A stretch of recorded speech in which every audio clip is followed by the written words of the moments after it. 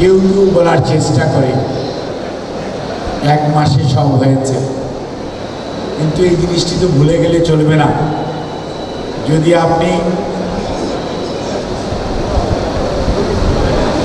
47 না হতো তাহলে কি 52 হতো, আর 52 যদি না থাকতো 54 হতো, আর 54 না থাকলে 61 হতো, 61 না থাকলে 69 হতো, আর 69 না হলে 71, 71 না হলে 75-এর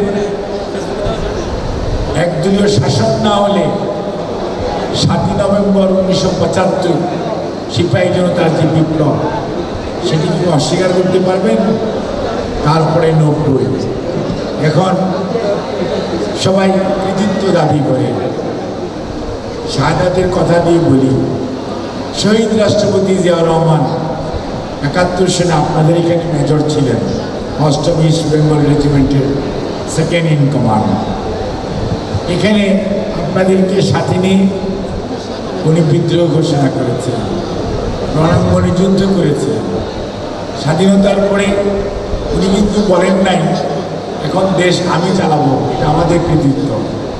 উনি বেড়াকে ফিরিয়ে দিয়েছেন এবং কুমিল্লা ক্যান্টনমেন্টে ওনার প্রথম পোস্টিং হয়েছে, ওখানে উনি সিওর দায়িত্ব পালন করেছেন। অর্থাৎ আন্দোলন, সংগ্রাম, রাষ্ট্র পরিচালনা এগুলো একদিনে হয় না, ধীরে ধীরে ডেভেলপ করে। 71-এর মুক্তিযুদ্ধ এটি লম্বা আমাদের বঞ্চনার ইতিহাসের পরিপ্রেক্ষিতে মুক্তিযুদ্ধ সংঘটিত হয়েছে। 9 বৎসর এরশাদের স্বৈরাচারের কারণে ডক্টর শামসুল আলম খান মিলন শাহাদাত বরণ করল, তৎকালীন বিএমের জয়েন্ট সেক্রেটারি। তারপরে সাডেনলি দেশের মানুষ ফুসে উঠল।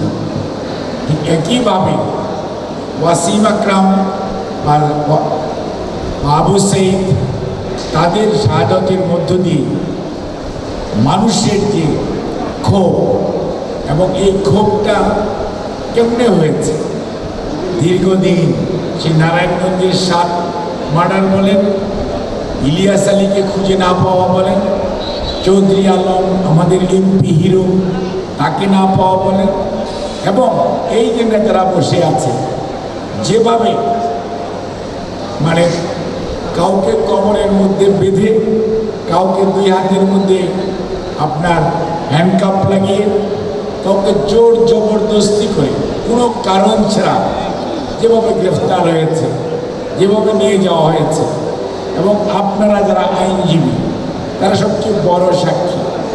বাংলা ভাষায় এই ভুয়া মামলা এই শব্দটা এতদিন ছিল না, এটার আমদানি কারণ বিগত পলায়ন কিন্তু স্বৈরাচার, ওনারা কিন্তু বাংলা ভাষাকে অনেক সমৃদ্ধ করেছে।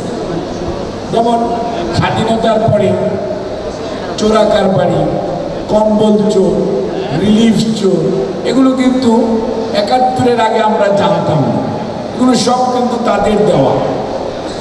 এবং কথা বলতে না দেওয়া, বাক্সা, এগুলো সব জিনিসে সত্যিকার অর্থে যদি বাংলা ভাষাকে কেউ দিয়ে থাকে সেটি হচ্ছে